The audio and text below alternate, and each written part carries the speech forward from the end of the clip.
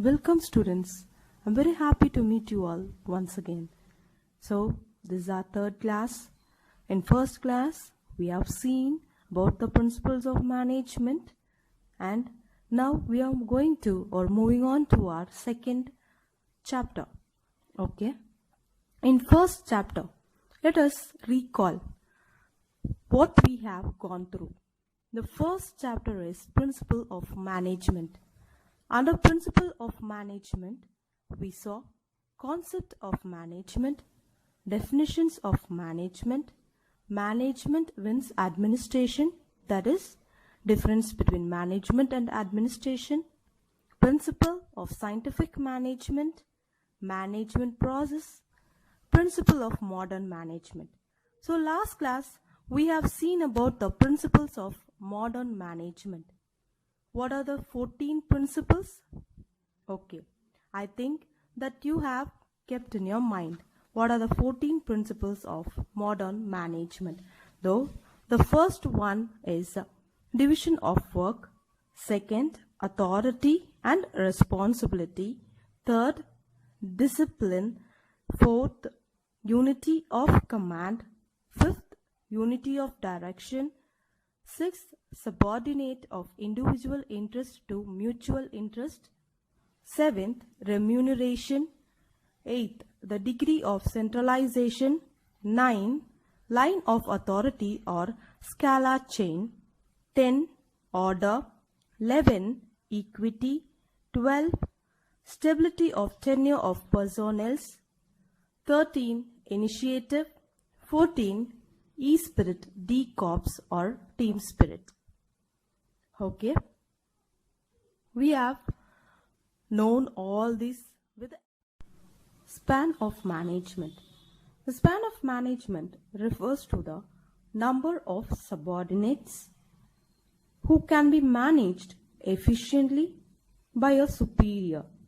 Before moving on to this meaning, first we must know who are the subordinates. Who are the subordinates? Let us see. Let me explain this. In a company, a manager is there. Under manager, all the peoples, supervisors, laborers, whatever under the manager, those who are working are known as the subordinates. Okay. So next, who can be managed efficiently by a superior.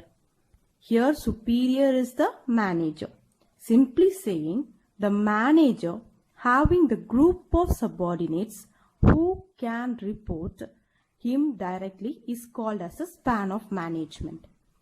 Okay, I told you who are the subordinates.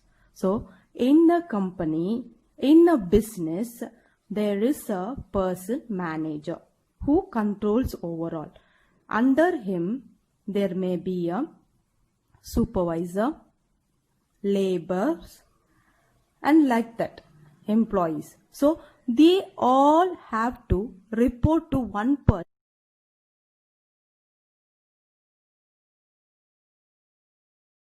This is known as span of management. Now we move on to that span of management in different levels.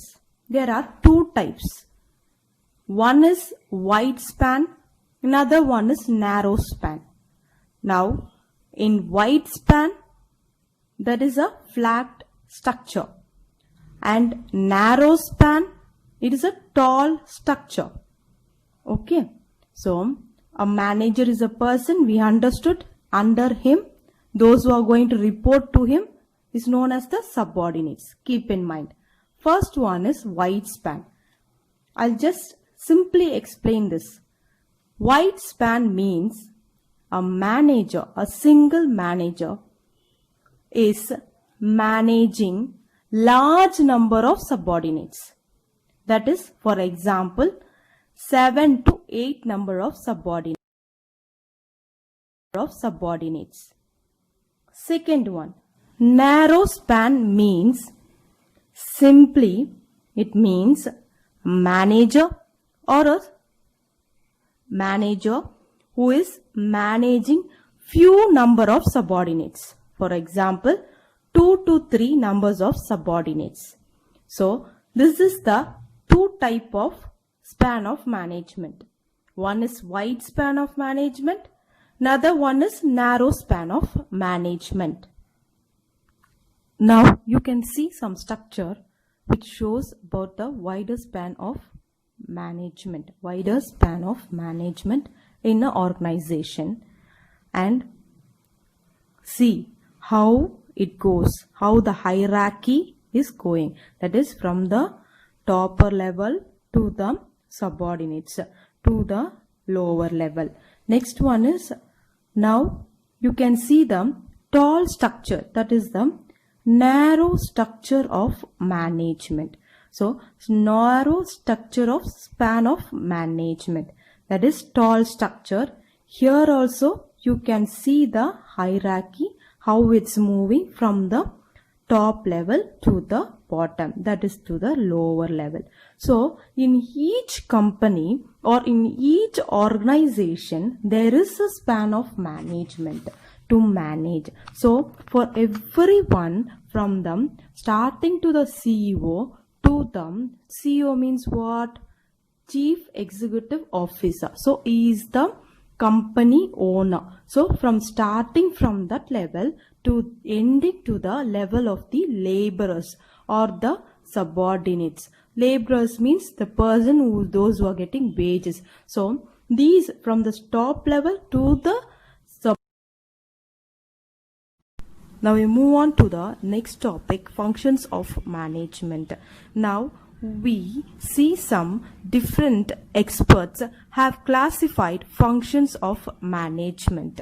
Okay, according to George and Jerry, there are 4 fundamental functions of management. He says that there are 4 fundamentals of management. One is planning, organizing, controlling, and directing. And next is, we move on to another author, Luther Gulick has given a keyword POSDCORB. That means P stands for planning, O stands for organizing, S stands for staffing, D for directing, CO for coordination, R for reporting, and B for budgeting. So this will be easy to keep in your mind. Next, according to Henry Fayol, we are famous with Henry Fayol, right? So according to him, he says functions of management is to manage, is to forecast and plan, to organize, to command, to control. Next, we move on to next author, functions of management given by Knudsen and O'Donnell. He says planning, organizing, staffing, directing, and controlling. So these are all about functions of management, which is given by different types of authors. Okay, now we will see. Functions of management is divided into 2 parts. One is main functions, another one is subsidiary functions. So now we move on to the main functions. The main function is planning, organizing, staffing, directing, motivation, controlling, coordination. So first one is planning. Planning is the primary function. So we must know that planning is the primary function. Planning means what? When after 5 years, from then after 5 years, what you are going to do, how you are going to be, in what position you are going to be. So from now itself you are planning for your future. Though you want to see the forecast of your future. So that is known as planning. So same like that, in a company also, each and every person must achieve the goal.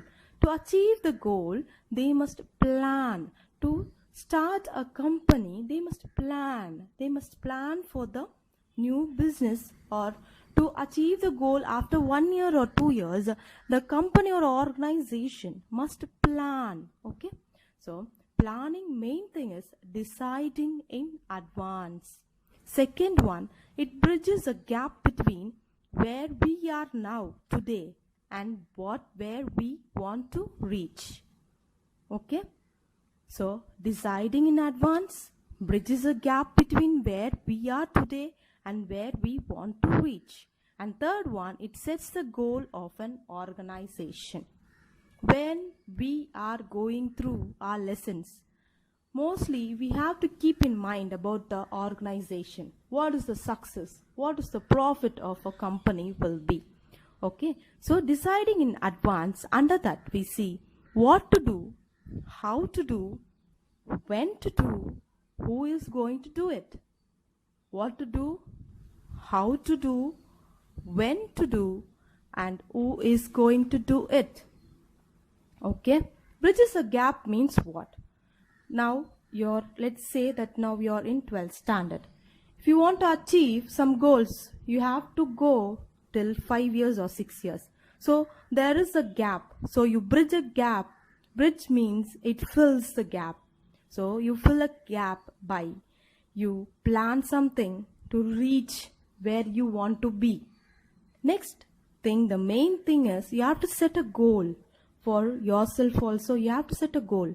Okay, I want to reach in that goal. Okay, I want to be in that place. That organizing. Organizing is the process of establishing harmonious relationship among the members of an organization and creating of network of relationship among them. So organizing function works is assigned to employees who are given authority to carry out the work assigned. So organizing is all together they organize. That means all together they organize. That is organizing, establishing together. Organizing, it is the process of bringing together physical, financial and human resources and developing productive relationship among them for achieve the organizational goal. Here Henry Fayol, he says organizing is to organize a business, is to provide it with everything useful or its functioning.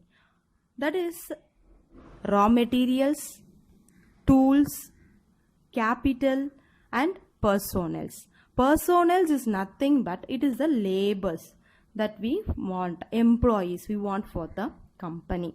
Okay, to organize a business, it involves all determining human and non-human resources of organization structure. So establishing the framework of working, under that how many units or subunits or departments you needed, how many units or subunits you needed, how many posts, how many designation, and what are the departments you need, and how to distribute authority and responsibility among employees. These decisions and all is taken under organizing. On these decisions are taken, organization structure sets up. Then the organization process involves, what and all the organization process involves? It involves identification of activities, classification of grouping of activities, assignment of duties, delegation of authority and creation of responsibility. Coordination, authority and responsibility also is there. So authority, responsibility, hearing the same words we have seen in 14 principles. So what is the authority, what is the responsibility, we know everything about that. Okay, next we move on to the staffing.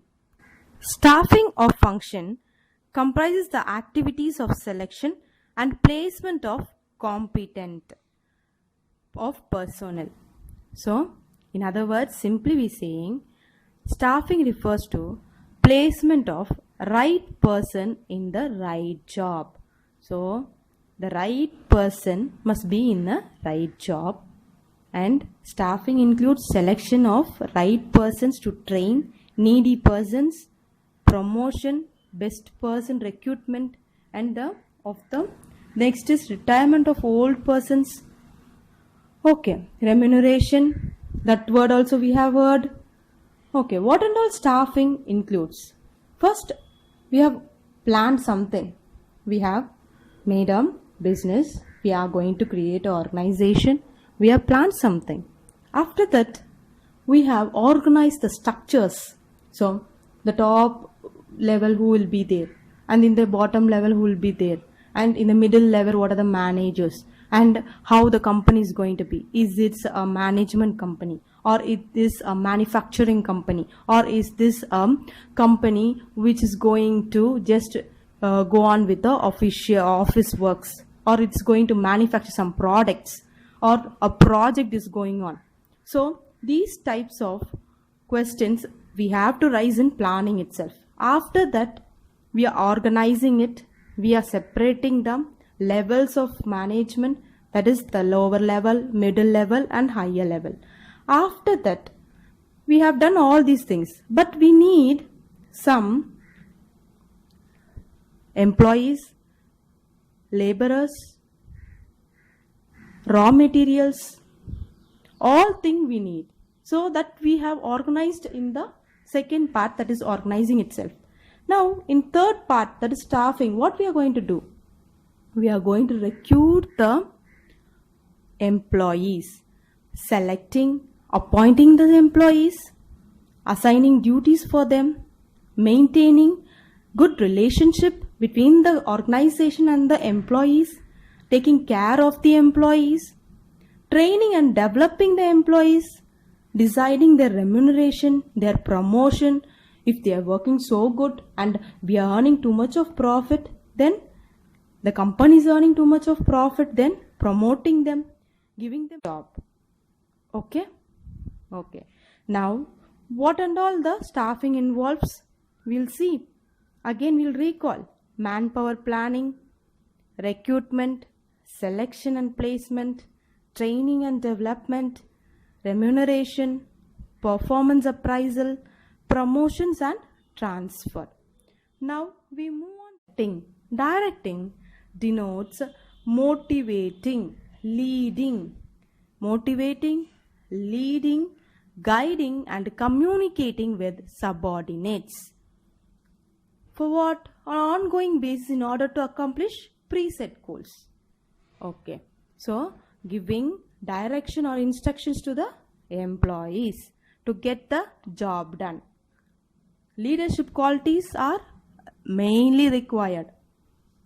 Motivating employees by providing mandatory incentives, by giving them some gifts, by giving them some types of remunerations. I told you all, incentives is adding up some money, by giving them some profit from the company's profit, giving them some money, extra monies. Including all these things, the directing is also motivating, also is there. So communicating with them at regular intervals. Asking their decisions also. It is a part of managerial functions which actuates the organizational methods to work efficiently for the achievement of organizational purpose. So all these things are done only for the purpose of the organization to accomplish or to get the profit or to achieve the goals. Next is controlling. Controlling is performed to evaluate the performance of employees and deciding increments and promotion decisions. Okay. So the controlling of function is to control the employees and identify their difficulties and then motivating them. So coordination is all together. We know that in planning also, without coordination nothing is there. Organizing, we must be coordinate together, and in staffing also coordination is important. In directing, coordination is important. Motivation also, coordination is important. Altogether, we must be together like a team spirit. We must work together like a team spirit. That also we have seen in the 14 principles. So this all shows that the functions also is together goes on with the 14 principles of management. So next one is motivating, and this is the last one in the main functions. So motivating is the goal are achieved with the help of motivation. Yes, everybody know about that. Motivating each other, we score good marks. Motivating each other when we are playing, or we go for some sports activities. Some activities also we are doing. When we are get motivated, we are boosted. Then we do the work very well. And thank you, students. I'm very happy that you have listened to all these topics. These are all main topics. Kindly go through it. And in next class, we come with another new topic. And let us have good day.